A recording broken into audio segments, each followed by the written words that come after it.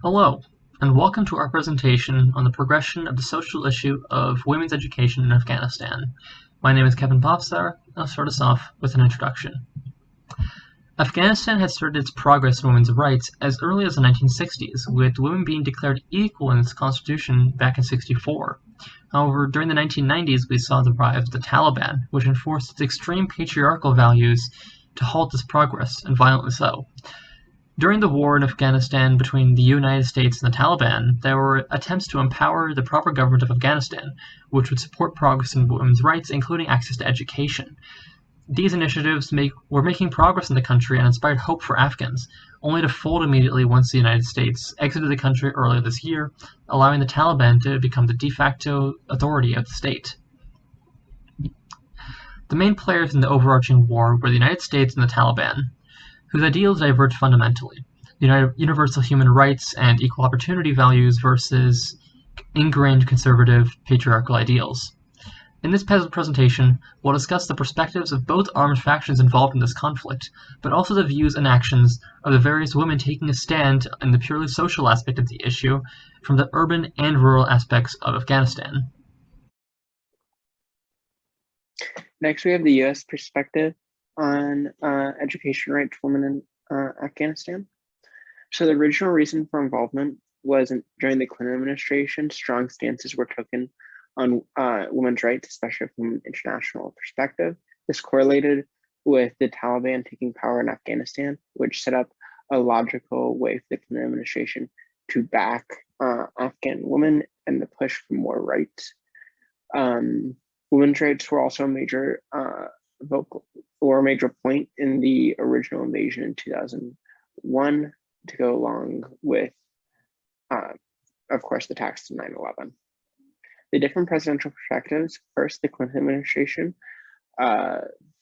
they wanted to fund groups with specific knowledge of Afghan women and not really become directly involved in any sort of militaristic way. Next was the Bush administration, which had consultation from non-specific Afghanistan women's rights groups, and then took it upon themselves to have their own actions. This had a more imperialistic approach and also correlated with the Afghan invasion. Next, during the Obama administration, women's rights became a broader issue with less specific focus on Afghanistan as a whole and more of a holistic worldview. Then the Trump administration is when they announced the withdrawal eventually from Afghanistan, and this correlated with the Biden administration's actual withdrawal from Afghanistan and the current state of women's rights there in flux can be attributed to this. So finally, taking a deeper look at some of the actions taken, the work with NGOs such as the Sisterhood is Global would be correlating with the Clinton administration and how they use specific groups that had understanding of the Afghan troubles. Next, they also connected with groups in Afghanistan, such as RAW. Then they denied Taliban recognition as a support for women, and an important goal of the Afghanistan war was the liberation of women in general. Hello, my name is Karthik Kundirti, and I will be speaking about the perspective of Afghan urban women. Urban Afghanistan has a history of progressive women's rights in areas like access to education. And this means that urban women often perceive benefits in education and how it extends to the role that women can play in rebuilding Afghanistan. And this assertion is supported by trends in post-2001 Afghanistan. By 2018, girls made up 38% or 3.8 million of the primary school students in the country, which is a clear improvement from the 5,000 enrolled in 2001. And 70% of these girls actually lived in urban areas. And these improvements are also seen now in this graph in the amount of women who are pursuing university education. the amount taking the Kankor national exam has been steadily increasing. And this success is even more pronounced in urban provinces like Herat, where 21% of the 2018 Kankor participants were women. And in 2020, a Kabuli woman even topped the Kankor from a field of 170,000 participants. Abdullah Mayer, a lecturer at Herat University, has kind of summed up the broader mentality in Afghan cities where he stated that educated girls and women have a key role to play in Afghanistan's reconstruction and development. Um, Urban women also promote educational opportunities. Razia Jan, the Kabuli founder of Razia's Ray of Hope Foundation, is a prominent example. Her foundation has worked to change the landscape of girls' education in rural Afghanistan by providing primary and secondary care education and support for higher education in the workforce.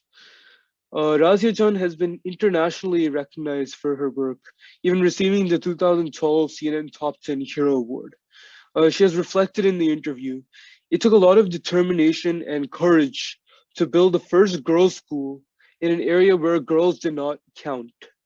Now, with the hard work, I have proven to the men of 7 villages surrounding the school that the best thing is for their daughters to get educated. Razia Jan represents how urban women are highly invested in the idea of women's education in rebuilding Afghanistan, not just as students, but as educators. A cool example of the progressive impulse in cities is the Afghan Dreamers, which is a Harari-based all-girls robotics team. Founded by female tech entrepreneur Roya Mahboob, the team has overcome extreme gender discrimination and political obstacles to achieve victories in major international robotics competitions. During the COVID-19 pandemic, the team has even developed a prototype for a low-cost handheld ventilator from car parts.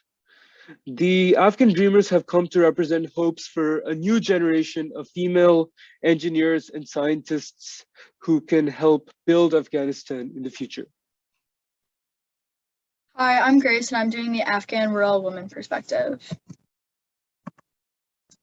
After the Taliban was forced out of Afghanistan in 2001 following the 9/11 attacks, many rural parts of the country remained occupied for years. Fast forward 20 years and this presence exploded once Joe Biden pulled out US troops, as pictured in these images, which was followed by a full Taliban invasion in August, taking back political control. While this invoked fear in many, women in villages experienced very little change. In Salar, as pictured to the left, Mina Ahmed began to advocate for her daughters. As an example of this, Mina is a 45-year-old mother of 3 young girls living in the village of Salar, a small rural town nearly 65 miles from the capital, Kabul. Salar has had a long history of being under Taliban control. She admits, quote, "Taliban rule comes with limits, and that's all right," end quote. Why? She welcomes this new era of peace, but draws a line at education. In villages, the cultural climate leans conservative, so the restrictive control of the Taliban is not new to many of the women living here. The difference is now they demand access to an education with United Nations support. Village elder Abdul Hadi Khan noted, quote, "If they don't allow girls to go to school now, there will be an uprising," end quote. Mina Ahmed and her husband Nassar pick tomatoes for $2.50 a day, their only income, but have full trust that their 12-year-old daughter, Seema, will grow up to become a teacher, quote, "She will be our pride," end quote, Nassar noted proudly. Starting in November of 2020, the United Nations poured resources into Afghanistan by setting up programs for girls' learning centers in rural areas that were traditionally under the control of the Taliban, Salar included. $35 million a year would go into the establishment of over 10,000 centers over the course of 3 years, one of which was implemented in Salar 2 months ago, marking the first schoolhouse girls in Salar have stepped foot in for over 20 years. The pandemic delayed this development, but was overseen by the Taliban. United Nations educator Jeanette Vogelar shares concerns about the quality of this education, especially since it is only promised up until the girls hit 7th grade. Malala, as pictured to the right, adds that no compromises will be made when it comes to women's education, stating that, quote, "This is a commitment the United Nations has made, that they are there to work for the protection of human dignity," end quote. Hi, my name is Kelsey Bradford, and I will be talking about the Taliban's perspective.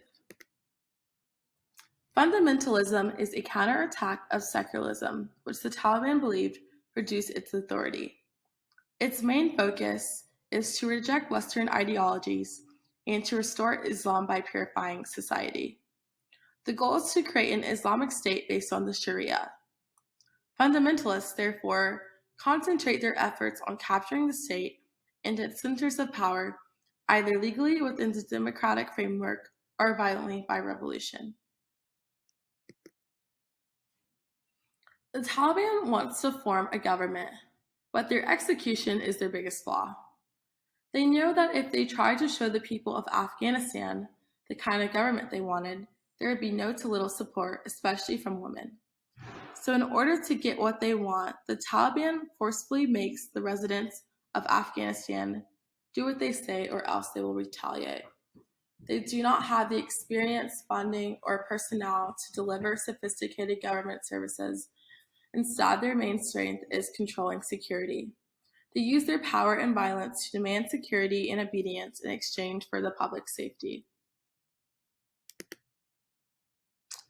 The Taliban came back into power in August of 2021. Their new rules state that girls will be able to go to school in line with the Islamic law, without clarifying what that means. They also said that education must be single-sex, and girls can only have female teachers.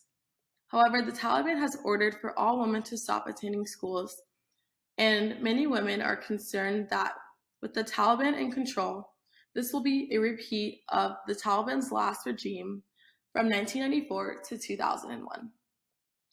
Many people wonder why the Taliban do not want women to go to school. And the answer is pretty simple. Knowledge is power. Having educated women means that women have more power, which equates to women having more say in government. Culturally, the Taliban see themselves as superior to women. So not letting women go to schools keeps them naive and promotes a patriarchal society. So, in the end, we're at an impasse. With the United States pulled out of the country and with no plans to return, the Taliban has uncontested control over Afghanistan. And the former government that was slowly becoming more competent over the course of U.S. involvement has relapsed without the American troops or development money. A common sentiment now carried by the Afghan people is that other countries forging peace agreements with the Taliban is tantamount to supporting their repression of women. But the situation as it stands, without any significant counter-Taliban influence from within the country, lends no credence to the hopes of Afghan people hoping for universal equal opportunities between the genders.